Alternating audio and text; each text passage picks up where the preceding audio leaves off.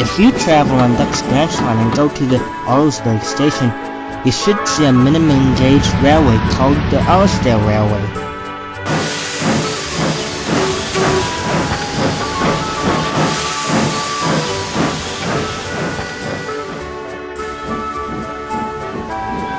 But it is often called the small railway because of the engine's size, but despite their miniature size, they are really useful engines all the same.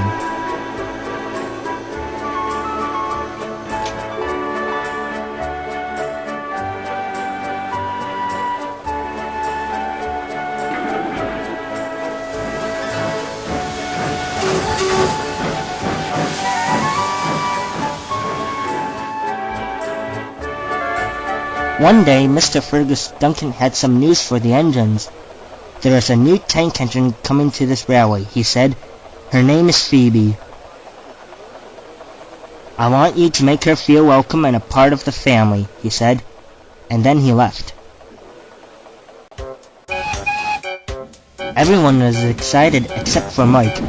Why should a new tank engine come, he said.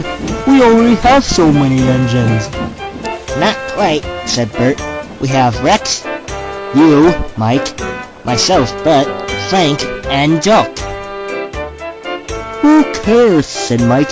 We don't need a tank engine to run on this railway. We've got ourselves the tender engines, Bert. If you say so, said Bert, and went to his work.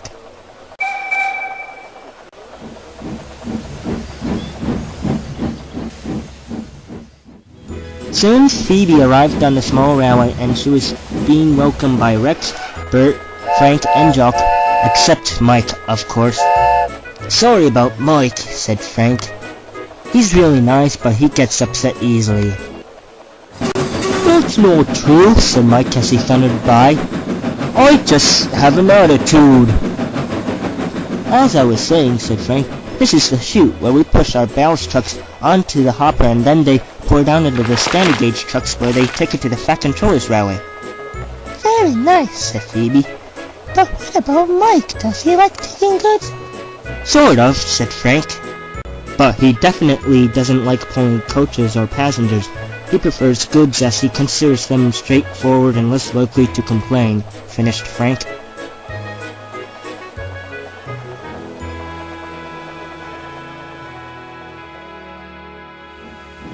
Okay, said Phoebe, and she went to work. Later, she met Mike. Hello, Mike. Can I help you? No, thank you, said Mike. I don't need help from a little tanky like you. I can do this work by myself. Okay, said Phoebe. But if you need help, then just let me know. Mike just ignored her and went on with his goods.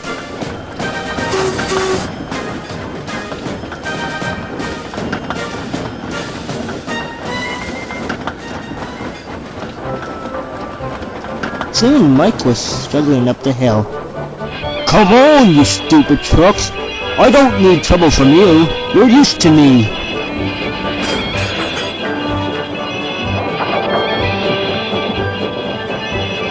But as he went down the hill, he went at a tremendous speed.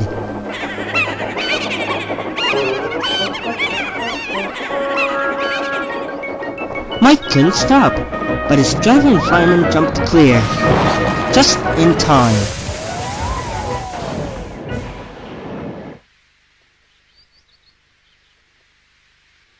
Great puffing pistons, he exclaimed. I'm derailed. And he was. Soon the other engines heard the news. I just wanted to help him out, said Phoebe. But what did he say? He said I'm a useless tanky. Her driver tried starting her up. Come on, he said. Start up, Phoebe. I'm sorry, driver, but I won't. Mike called me useless. He said he didn't need help from me, so let him stay there and be helpless. But what about the goods, said her driver. Do they deserve to be helpless too? Oh dear, I forgot about the goods. You must save them too in case they become helpless, she said, and they went off to the rescue with a crane.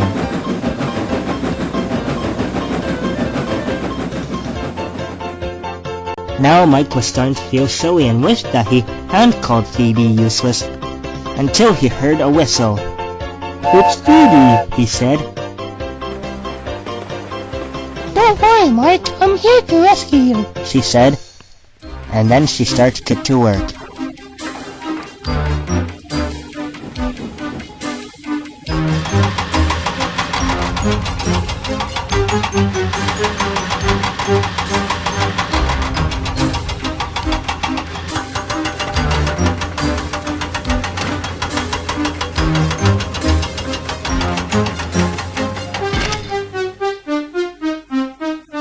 Later, Mike came home.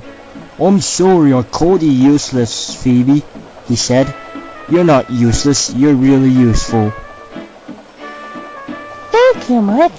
Friends?" "Friends."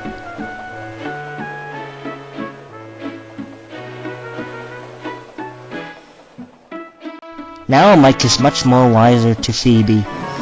He thought she was useless at first, but now he knows that if he calls her useless, she might get mad at him. But ever since he was rescued by Phoebe, Mike has not thought of Phoebe as useless. Not even once.